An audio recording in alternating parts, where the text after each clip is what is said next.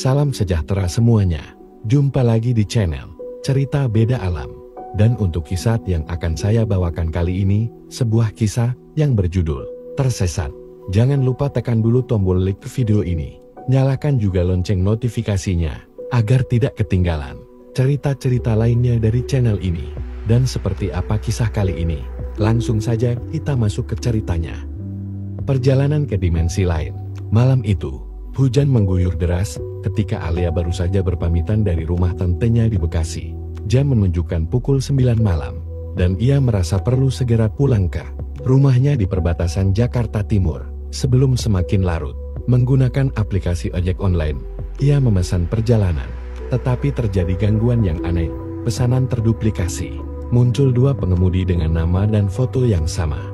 Bingung, Alia memilih salah satu dari mereka yang lebih dulu menghubunginya.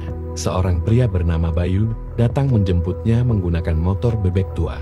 Wajahnya terlihat pucat, seolah sedang tidak enak badan. Tapi ia tetap berusaha ramah. "Mbak Alia, ya, yuk, kita jalan," katanya dengan suara serak. Saat motor melaju, Alia merasa ada sesuatu yang aneh.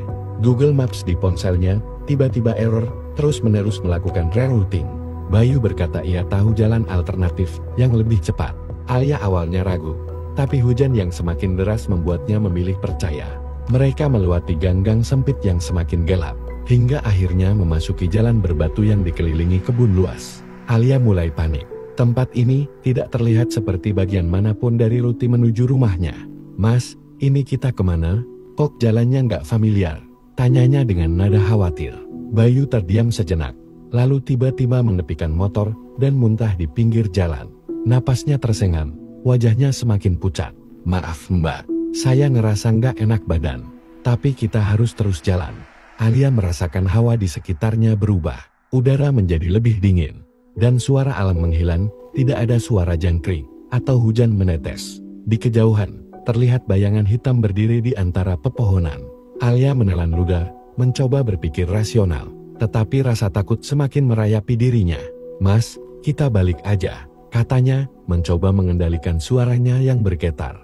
Bayu mengangguk lemah dan menyalakan motor, tapi setiap jalan yang mereka tempuh seakan membawa mereka kembali ke tempat yang sama.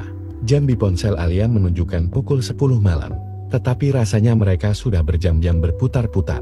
Bayu mulai berdoa pelan, dan Alia mengikuti dengan hati berdebar.